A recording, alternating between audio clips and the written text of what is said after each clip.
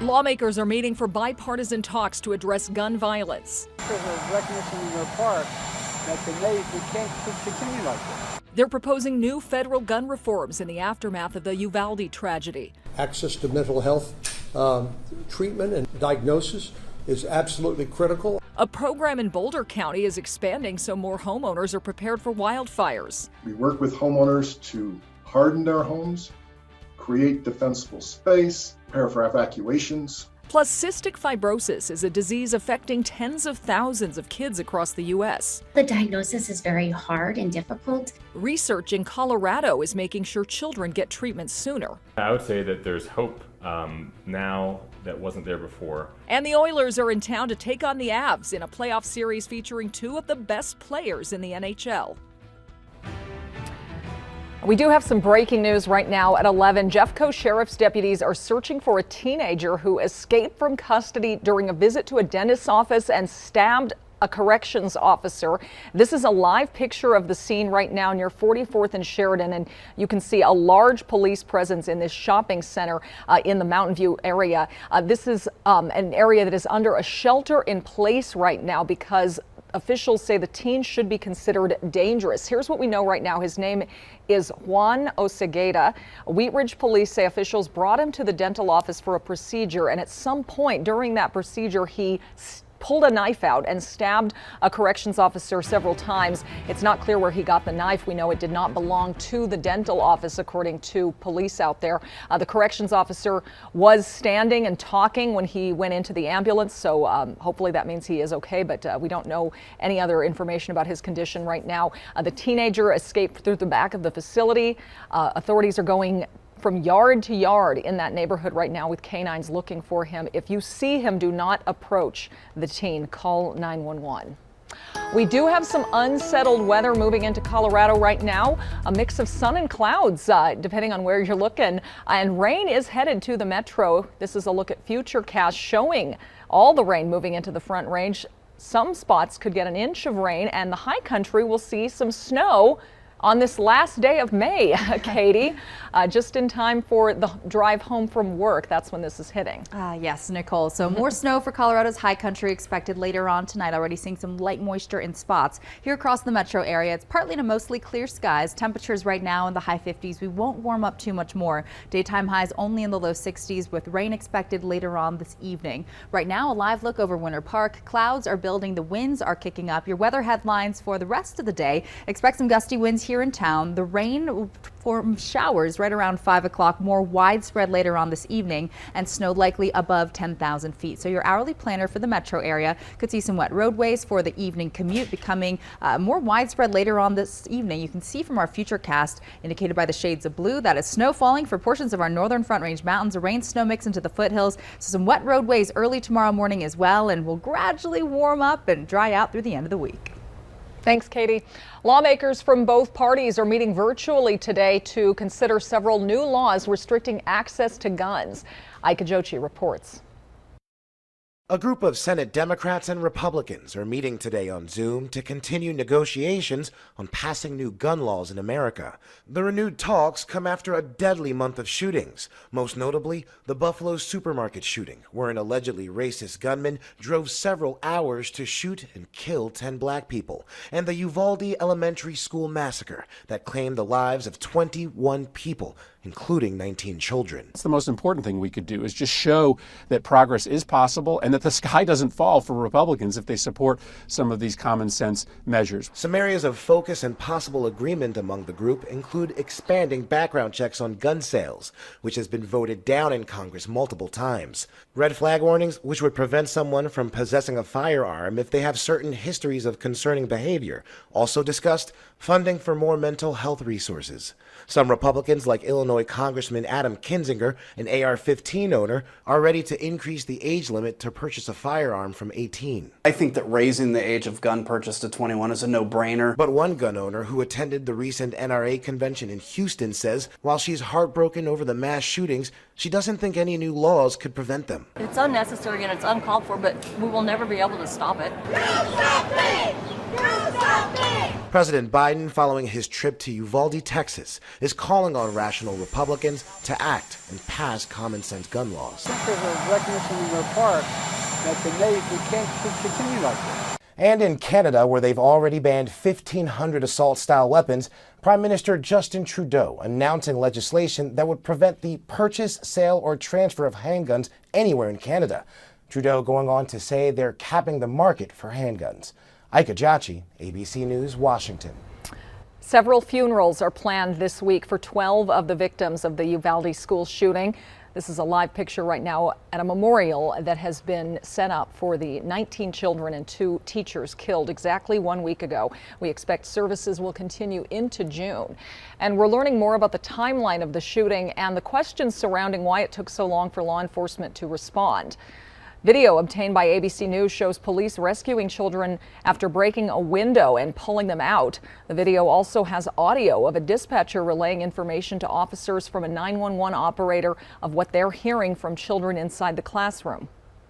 You have a child on row 12. Are we able to, is there anybody inside of the building? Child is advising he is in the room full of victims at this moment. And ABC News analysis of the video shows that happened 40 minutes after the gunman had entered the school. He was inside for 77 minutes in all. Texas authorities say the school district police chief wrongly believed the situation was no longer an active shooter and had ordered tactical teams not to enter the classroom. The DOJ is now investigating law enforcement's response. New at 11, the Arapahoe County District Attorney has filed a motion to dismiss charges against Broncos wide receiver Jeudy. Jeudy was expected to be in court this afternoon. He originally faced a misdemeanor charge for tampering with evidence. The mother of his child asked the judge to dismiss those charges earlier this month. Police say Jeudy locked the woman's wallet, baby formula, and their infant's medical paperwork in his car after he said she took his phone and wouldn't give it back. An NFL spokesperson told our Denver 7 Broncos insider Troy Rank that the NFL has been monitoring these developments and that the situation remains under review under the personal conduct policy, which means Jeudy could still face league discipline. A wildfire prevention program is expanding in Boulder County in wake of the Marshall Fire. Wildfire Partners serves about 3,000 people in western Boulder County.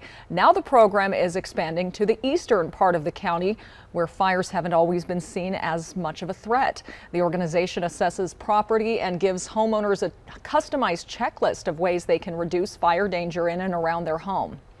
Experienced the Marshall Fire. Grasslands burn just like forests do, so residents in grassland systems need to take action to prepare. The county recently passed ignition-resistant construction requirements for new homes and additions to homes. Wildfire Partners says its program offers a way to work with homes that are already built. You can apply for the program on the website listed on the screen here, wildfirepartners.org. The deadline for applications is June 30th. Assessments will happen in the eastern part of Boulder County between July and October. Colorado Congressman Jeudy is pushing for the passage of the Wildfire Support Act. It would provide resources before, during, and after fires. He also wants Congress to pass the Wildfire Recovery Act so small towns can get federal resources after fires. One of the most common genetic disorders in the country is cystic fibrosis. It affects around 30,000 children, but treatment has improved for those with the disease. While there's still no cure, Denver 7's Colette Bordelon met with a family during Cystic Fibrosis Awareness Month, and for them, these advancements have been life-changing. For these girls, there's no place like the park.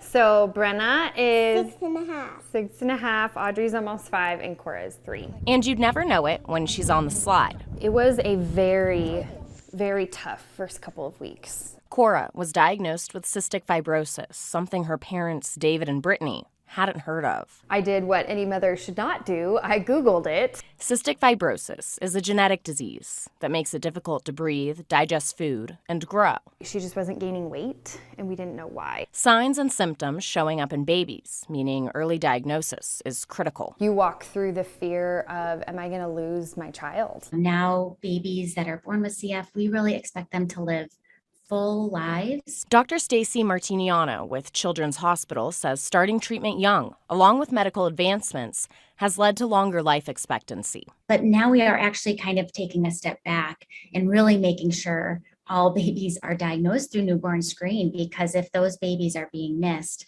then they're missing out on these treatments. Children's Hospital and the State Health Department shared data to see what changes could be made in the current newborn screening algorithm to improve it. We found that there could be some inequities through our current algorithm, so really making sure every baby has equal access to being picked up through the screen and be able to get that follow-up care that they need. Yes, there's certain ways we have to live a little bit differently, but for the most part, we just live life normally. Knowing their girls can't be slowed down, especially by cystic fibrosis. I would say that there's hope now that wasn't there before. Still pushing for a cure for Cora and all the kids who love a day at the park.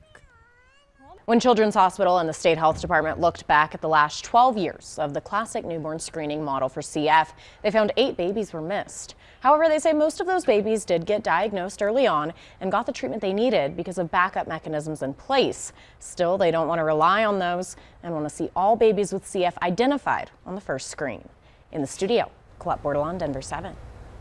The Avs are back on the ice tonight. They're hosting the Edmonton Oilers for Game 1 of the Western Conference Finals. The matchup features 2 of the best centers in the league, Nate MacKinnon of the Avs and the Oilers' Connor McDavid. MacKinnon has scored 8 goals this postseason, and Connor has scored 7. Both players say the series isn't about them.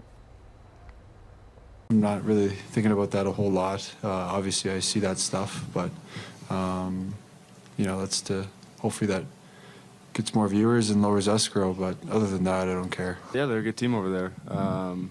They've proven that over the last couple of years, and obviously this year was no different. They got some real special players, and they're deep all around.